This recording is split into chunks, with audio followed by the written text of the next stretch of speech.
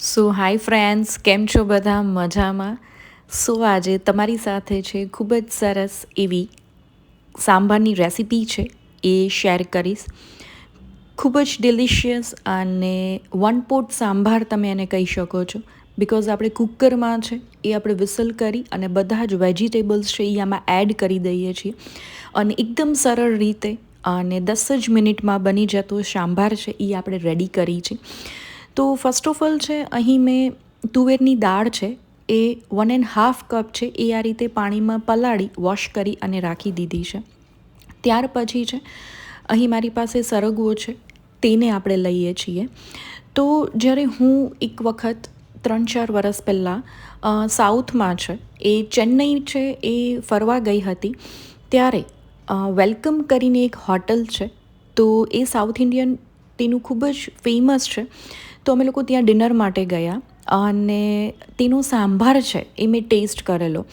એટલો સરસ અને ખૂબ જ ડિલિશિયસ એવો સાંભાર હતો, જે આટલા ટાઈમ પછી પણ મારી ટંગની પેલેટ ઉપર છે તેનો ટેસ્ટ છે એ મને આવે છે.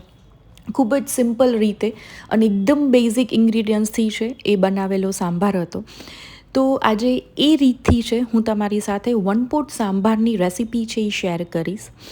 તો તેના માટે છે અહીં મારી પાસે સરગવો, લીલો લીમડો, આદુનો નાનો ટુકડો છે, લસણ છે. ત્યાર પછી અહીં મારી પાસે 2 નંગ ટામેટાં છે અને 2 નંગ છે એ મેં અહીં ડુંગળી પણ છે એ લીધેલી છે.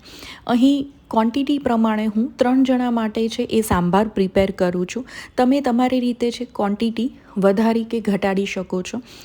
અને ત્યાર પછી આ રીતે છે ડુંગળીને રફલી ચોપ છે એ આપણે કરી લઈએ છીએ. બિકોઝ આપણે બધા વેજીસ છે એ આપણે જ્યારે કુકરમાં છે એ તુવેરની દાળ જ્યારે આપણે બફાવા રાખીએ છીએ ત્યારે તેની અંદર જ છે આ રીતે આપણે એડ કરી દઈએ છીએ, એટલે તેને ખૂબ જ ઝીણું ચોપ કરવાની જરૂર રહેતી નથી.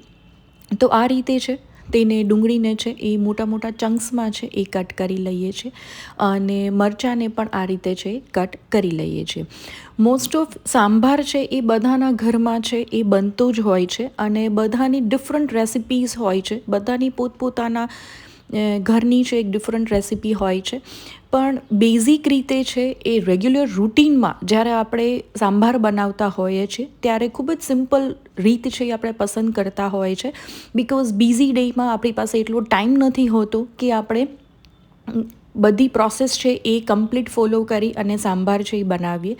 તો આ ખૂબ જ સરળ રીતે અને ફક્ત 10 મિનિટમાં બની જતો સાંભાર છે અને રેગ્યુલર ડેઝમાં પણ તમે એની ટાઈમ છે એ તમે બનાવી શકો છો અને જરાય વાર લાગતી હોતી નથી. તો આ રીતે છે ટમેટોઝને પણ આ રીતે છે મેં કટ કરી લીધેલું છે અને રફલી ચોપ કરી લીધેલું છે. તમે આની અંદર 1 નંગ બટાકું પણ એડ કરી શકો છો. જો તમારે થિકનેસ થોડીક સાંભારની વધારે જોતી હોય, થિક સાંભાર જોતો હોય, તો તમે બટાકું પણ એડ કરી શકો છો બાફવામાં. અહીં મેં બટાકું છે એ સ્કીપ કરેલું છે અને આદુને છે આ રીતે ઝીણું ઝીણું ચોપ કરી લઈએ છીએ અને તેમાં એડ કરી દઈએ છીએ. તો ફ્રેન્ડ્સ, તમારી ઘરે છે તમે સાંભાર કઈ રીતે બનાવો છો તેની રેસિપીઝ છે એ કમેન્ટ બોક્સમાં છે મને જરૂરથી શેર કરજો. અને અહીં મેં આટલા વેજીટેબલ્સ છે એ લીધા છે. તમે આની અંદર થોડાક ટેસ્ટલેસ લાઈક દૂધી છે કે પમ્પકિન છે તેને પણ છે એ નાના નાના પીસીસમાં છે એડ કરી શકો છો. બિકોઝ એનો કોઈ પ્રોમિનન્ટ ટેસ્ટ હોતો નથી. તો તમે બચ્ચાઓને જ્યારે સાંભાર આપો છો તો તેને ખબર પણ રહેતી નથી કે સાંભારમાં છે આપણે ખૂબ જ ન્યુટ્રિશન્સથી ભરપૂર એવા વેજીસ છે આપણે એડ કરેલા છે. તો તમે તે પણ એડ કરી શકો છો. આ રીતે છે એ મેં સરગવાની સિંગને છે એ વચ્ચેથી કટ કરી લીધેલી છે અને તેમાં પણ છે હું વચ્ચેથી એક સ્લિટ કરું છું અને આપણા વેજીસ છે એ ચોપ થઈ અને રેડી છે. તો અહીં મેં આદું, મરચું, લસણની 4-5 કળી, ડુંગળી, 2 નંગ ટામેટાં અને સરગવો છે લીધેલા છે. ત્યાર પછી છે અહીં આપણે 1 પોટ મીલ કુકરમાં છે એ સાંભાર કરીએ છીએ. તો ફર્સ્ટ ઓફ ઓલ અહીં 5 to 6 ટેબલ સ્પૂન હું અહીં તેલ છે એ એડ કરું છું અને તેને પ્રોપર રીતે છે તેને ગરમ થવા દઈએ છીએ. આપણું તેલ છે એ ગરમ થઈ જાય ત્યાર પછી તેની અંદર 1 ટીસ્પૂન છે એ હું આખું જીરું છે એ આપણે એડ કરી છે.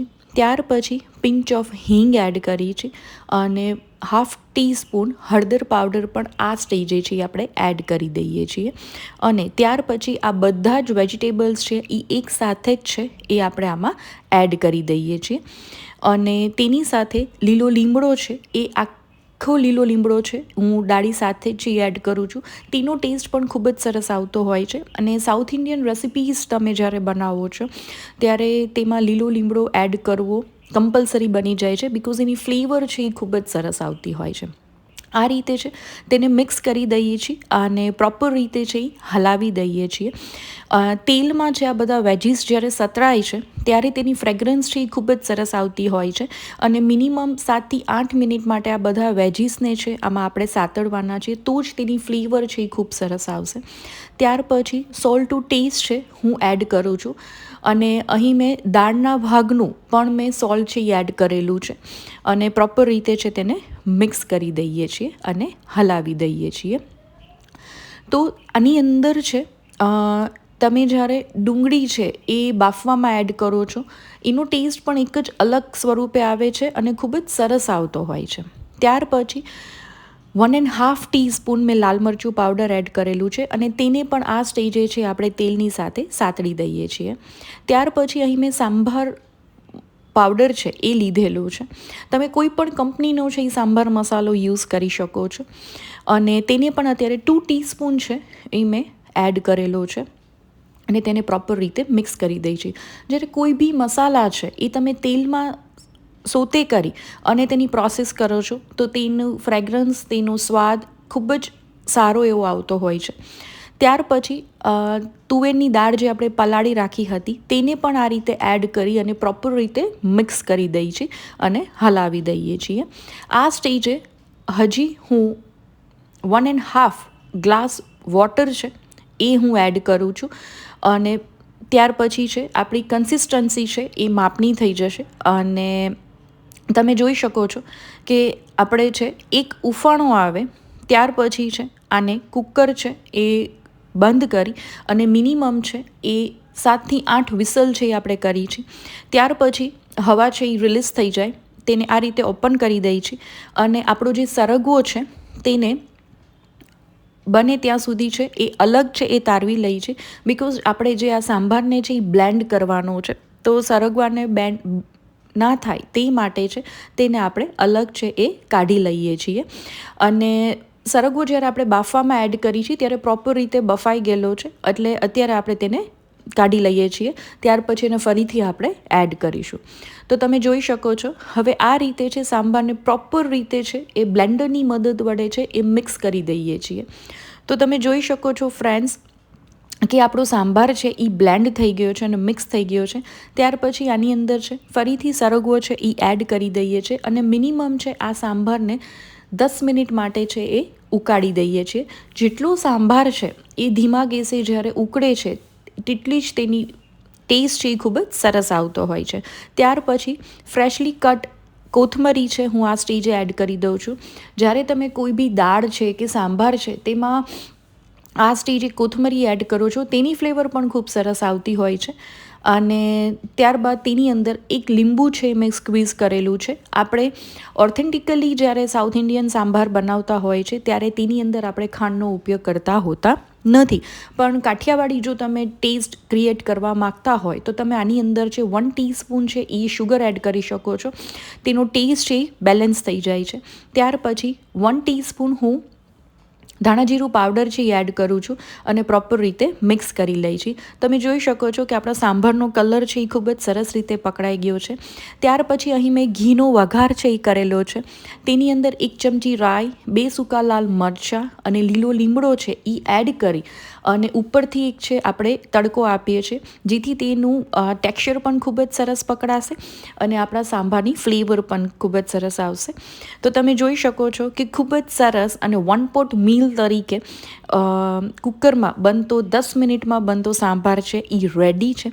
તો તમે પણ ચોક્કસથી ઘરે ટ્રાય કરજો અને મને કમેન્ટ સેક્શનમાં જરૂરથી જણાવજો કે સાંભારની રેસીપી છે કેવી લાગી. So thank you for watching.